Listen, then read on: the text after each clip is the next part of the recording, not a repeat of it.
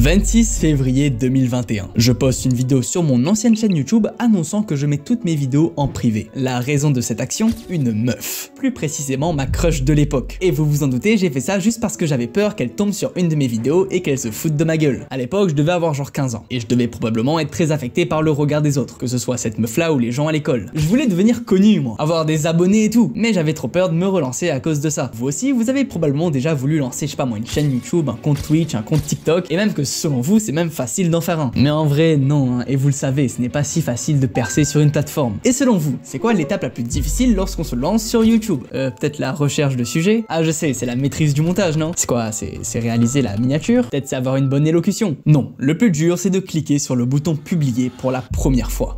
Et bonsoir à tous et bienvenue sur Minecraft Pocket Edition sur mon portable.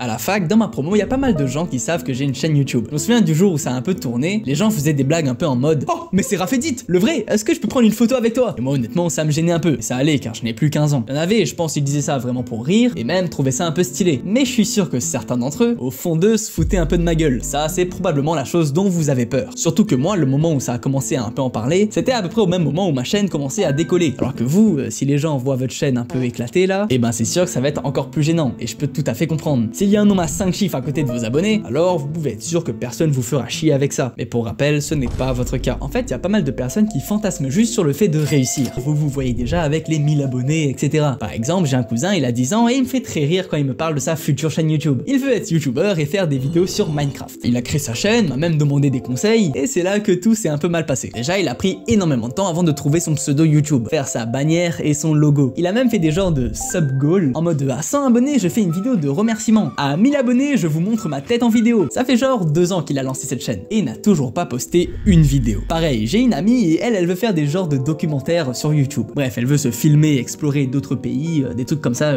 Et elle aussi, la même chose, elle fantasme dessus, mais ne fait rien pour atteindre cet objectif. Est-ce la peur? Est-ce la flemme? Ah non, c'est bon, j'ai compris. Ils n'ont pas le temps. Ou non, peut-être c'est pas ça. Ils n'ont pas le matériel nécessaire. Ou peut-être c'est le fait qu'ils n'ont pas d'idée ou qu'ils ne juste savent pas monter. Ah, en vrai, les excuses comme ça, on les résout en 5 secondes. Déjà, pour le temps, vraiment, je dis pas ça pour me vanter, mais honnêtement, je gère très bien comparé à la moyenne des personnes aujourd'hui. Et en soi, c'est plutôt simple. Vous avez peut-être déjà entendu parler de toutes ces merdes là de développement personnel avec des to-do list, bref, des trucs un peu complicados. Mais là, aujourd'hui, ça va rester simple et assez concret. Je vais vous montrer en 10 secondes comment organiser toute sa vie. Déjà, on dispose de 24 heures dans une journée. Faut déjà faire moins 8 heures à cause du sommeil, moins 8 heures à cause des cours, moins 1h30 à cause des devoirs, encore une fois, moins 1h30 pour le sport, 1 heure pour les repas, encore 1 heure pour tout ce qui est toilette. Et voilà, on se retrouve alors avec 2 à 3 heures de temps libre par jour. 3 heures sur lesquelles tu peux développer ton talent en montage, ton talent en storytelling, ton talent en vidéo making. Et là, je sais que t'as envie de quitter la vidéo. C'est la preuve même que tu abandonnes trop vite. Quand on fait le calcul, ça fait environ 10 à 15 heures de temps libre par semaine. Et là, on compte même pas le week-end. 10 heures, c'est suffisamment assez pour se lancer. Et là, je te parle pas que de YouTube, ça peut être n'importe quoi. Tu veux devenir streamer, tu veux devenir monteur, tu veux devenir graphiste. L'excuse de je n'ai pas le temps n'existe pas. Supprime juste TikTok de ton téléphone. Attends quoi? Il vous manque encore quelque chose? Ah, tu n'as pas la bonne caméra. Et ton micro aussi n'est pas bon. Ton PC éclataxe, voire même peut-être que tu n'en as pas. Bah les gars, je vais vous dire un truc qui risque peut-être de vous choquer. Je pense honnêtement qu'aujourd'hui, en 2024, il est possible d'avoir 100 000 abonnés sur YouTube juste avec un téléphone sans forcément poster des shorts. Que ça soit des vlogs, un documentaire, une vidéo avec un storytelling. Et ça, je vais vous le montrer comment on le fait plus tard. Quoi? Encore un autre problème? Tu ne sais pas faire du montage. Aujourd'hui, il est possible d'apprendre n'importe quelle compétence rapidement. Déjà, vous pouvez commencer avec des tutos YouTube pour apprendre les bases. Et pour les gens qui veulent aller plus loin ou qui ont juste déjà les bonnes bases, bah prendre des genres de tutos un peu plus expérimentés. Moi par exemple, je vais bientôt faire une vidéo qui t'explique en détail, directement dans le logiciel, comment je réalise mes montages. On a bien vu, tes excuses, c'est de la merde. Et je sais que ce que je te dis là, ça te fait chier. Mais honnêtement, si tu veux faire une chaîne YouTube sur Minecraft, fais-le. Maintenant, imaginons par miracle que t'as eu le courage. C'est bon, j'ai réussi à te motiver et tu veux te lancer. Alors écoute-moi bien, car maintenant, je vais te montrer comment le faire de manière efficace. En vrai, il n'y a que 3 étapes. La première est, imaginons que tu ne sais pas quoi faire sur YouTube. Pour savoir ça, c'est simple. Fais ce que tu consommes le plus sur la plateforme. Imaginons que tu kiffes regarder des vidéos sur, je sais pas moi, les trains. Alors fais des vidéos sur les trains. Et attention, c'est pas parce que tu fais des vidéos sur la niche des trains que ta chaîne ne va pas marcher. Aujourd'hui, n'importe quelle niche peut atteindre les 100 000 abonnés sur YouTube. Ensuite, le deuxième, c'est de trouver des idées. Et ça aussi, c'est pas compliqué. J'avoue que si tu fais des vidéos sur Fortnite ou Minecraft, t'es un peu mal placé pour trouver du contenu original. C'est un peu ça le problème des grandes niches. Car chaque jour, t'as énormément de concurrents qui postent. Et vous ne t'inquiétez pas, ça reste toujours possible. Pour ça, vous allez analyser un peu à l'étranger. Voir ce qui fonctionne là-bas, aller un peu espionner. En vrai, ça, on le verra plus tard dans la vidéo. La troisième, c'est tout simplement de poster. Ce n'est pas possible d'apprendre à écrire un bon script et à faire de bons montages uniquement avec de la théorie. Il faut donc que tu publies des vidéos si tu veux t'améliorer dans ces choses-là. Juste poste. Et la règle, c'est qu'à chaque fois que tu postes une nouvelle vidéo, elle doit être meilleure que celle précédente. Et c'est là que tu arriveras à savoir faire un bon script, à faire de bons montages et donc à faire de bonnes vidéos. Et c'est à ce moment-là que tes vidéos marcheront. Il n'y aura jamais de bon moment pour faire une vidéo. Parce qu'il y a un truc qui est sûr, votre première vidéo ne va pas marcher. Et il faut se préparer à ça. C'est pour ça que je vous dis que le matériel n'est pas nécessaire, qu'il faut attendre d'avoir un bon micro pour se lancer. Car même quand vous l'aurez, vos vidéos resteront éclatées. Le savoir est supérieur au matériel. Quelqu'un qui a réalisé plus de 100 vidéos entières juste avec un téléphone restera 100 fois mieux qu'une personne qui a peut-être le meilleur setup du monde mais qui n'a jamais posté de vidéo. Et en vrai, moi je suis un peu la preuve de ça. C'est pas mon micro, hein, c'est juste un vieux téléphone. Ma caméra pareil, c'est un vieux caméscope que j'ai acheté d'occasion il y a longtemps. Voici l'éclairage de la vidéo.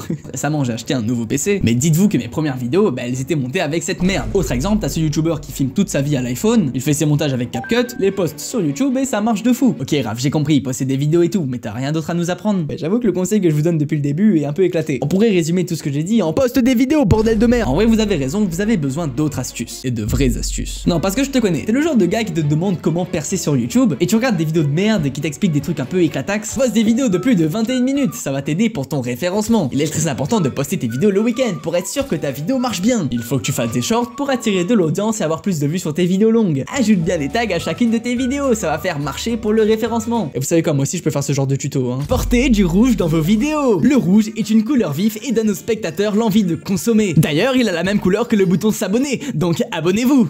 Dites dans vos vidéos que vous êtes un gros fan de l'algorithme. YouTube vous entendra et peut-être qu'il vous mettra dans la page des recommandations. Bref, je dis pas que les conseils de ces youtubeurs c'est de la merde, mais pour tout le temps que tu prends à faire ces choses ridicules, tu ferais mieux de les investir dans la création de tes vidéos. Ton script, ton montage, ta miniature, ton titre, ça serait déjà beaucoup plus rentable pour pouvoir percer. Déjà, le premier conseil que je te donne pour pouvoir vraiment évoluer dans le temps, je t'en avais parlé un peu plus tôt dans la vidéo, c'est de comparer ton contenu avec les gens qui proposent la même chose que toi. Des gens qui sont dans ta niche ou qui sont juste plus forts. Moi par exemple, il y a pas mal de youtubeurs sur qui je me suis beaucoup inspiré. Premièrement, on a Nate Welf, un youtubeur américain expliquant comment réussir sur YouTube. Ça ne vous rappelle pas quelqu'un? En fait, ça c'était plus pour mes premières vidéos qui ressemblent énormément aux siennes. Ensuite, pour les vidéos plus récentes, je me suis beaucoup inspiré du youtubeur Medoc. Et maintenant, c'est devenu mon ennemi juré.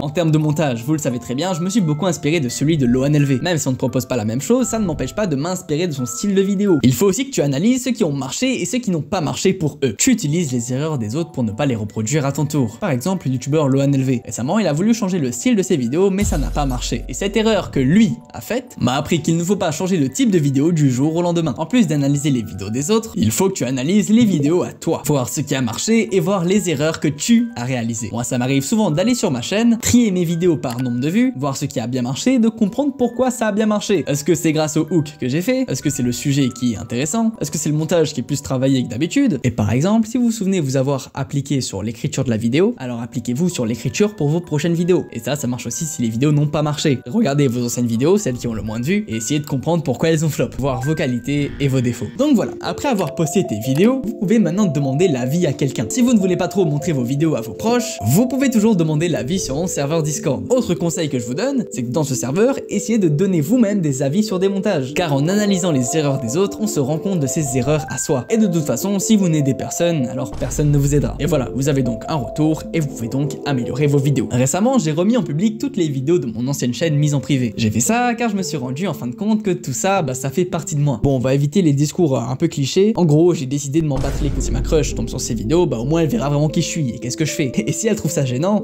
qu'elle aille se faire foutre. De toute façon, je m'en bats les couilles, frère. Je vais être connu et ils auront tous le seum. Non, je rigole. En vrai, c'est pas bien de penser comme ça. I have no enemies. Mais quand même, laissez-moi vous dire un truc. Les gens qui vous critiquent, les gens qui vous tirent vers le bas, sont juste jaloux. Bref, c'est pas une vidéo de dev perso, hein. De base, moi, je fais des vidéos sur comment réussir sur YouTube. D'ailleurs, selon ce graphique, je ne suis pas censé atteindre les 10 000 abonnés avant l'été. Mais prouverons à YouTube que les maths, c'est de la merde, alors abonnez-vous.